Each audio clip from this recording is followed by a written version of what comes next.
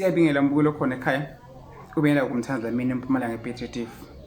Mbukelo khona ekhaya unyaka sasuka 2024. Nathi isihloko engizana sona namhlanje ukuthi kahle kahle empeleni umuntu isiphi isibongo ekumele ukuthi asilandele. Ukuthi kwenzakalani noma kwenzakaleni isiphi isibongo ekumele umuntu asilandele kuphi empilweni yakhe. Asekhaya mama noma sasekhaya kubo baba. Mbukelo khona ekhaya. Sikhula endaweni ezahlukahlukene, sinemasiko la ngafanani. Kodwa mina ngikubona kwami ngisingimi sami nayindlela mina engibuka ngayo izinto, angisho ukuthi kuthathe kodwa sengizwa ukuthi na uthini. Umuntu kumele andele isibongo ngasekhaya kubo babe wakhe. If baba wakhe walobola noma wakuhlawula noma akakuhlawulanga noma wenza ini, umuntu kahle kahle uwesibongo sekhaya baba wakhe.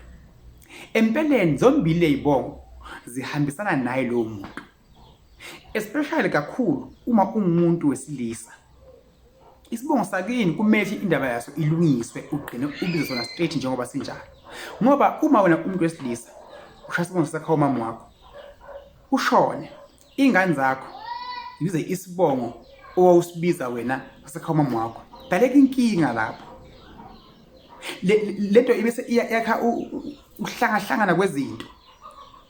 Thiwa ubiza isibongo sagogo, sakho kholozi, sakho mama wakhe kuyahlangana. Kodwa ubiza isibongo sikamkhulu, ubaba abiza isibongo samkhulu wakhe, wena isibongo sabani sababu wakho, ngoba ukubiza isibongo sabani samkhulu wakho. Lesibongo siba sinye kube bulayini owodwa. Kodwa once wangena esibongweni sasekhaya kubomama wakho, ekhaya kukhozela umama, lezinto seyahlangana. Athi umuntu hayi ukuthi ubaba akakhipha nje ekhaya bomama, so nje isibongo sasekhaya mama wami uzala ingane yakho ifike ibiza isibongo sakuphi ke yona asekhaya mama wakho nayo na. Lento ifike imosheke yonke ngendlela esimanga mbukelo khona ekhaya. Isiphi kanti isibongo usibize mawumuntu uphile emhlabeni? Siyavuma mina ngithi isibongo sasekhaya bobani. Kodwa kumele ukuthi amasiko agcinwe.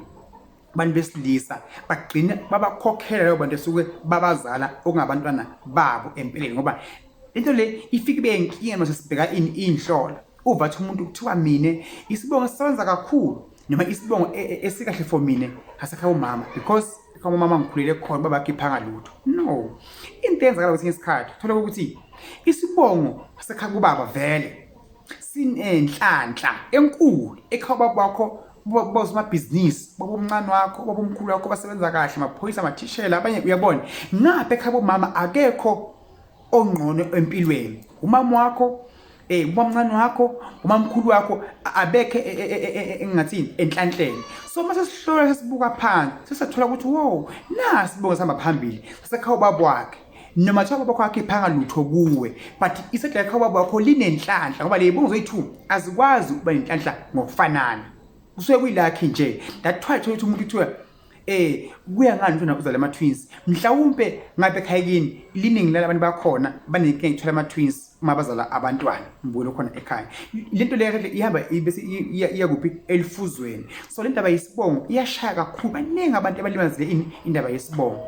Ingathi na uphahlo ngasho ukuthi ngiyasekhaya umama nosekhaya kithi ngiyazi baba noma bazaba bazibalibona, kodwa ngicela ukuthi ningikhanyisele entweni zami, ningayihleki lezibonga kule bakhona emakhaya. If either wakukhwitha mama wakho wambalekela kwenza lokho nalokho ya, but wena ungangeni kakhulu uzokubangela ikhanda. Gcina ithuka mhlawumbe imbuzi le, mhlawumbe inkomo le, mhlawumbe imbuzi nje kuhlangana into yakho ingasaye phambili. Nkosi kubusise, sichubeke ukubona amavidiyo emthazamini amasha azobe awakhipha kunyaka lo 2024. Cela kuhamba nawe uhambe nami, ngicela mina nawe empilweni siphumelele, into zethu zihambe kahle, into zethu zikhanye. Inkosi kubusise, ngiyethanda mbukelo khona ekhaya. Jehova be nawe.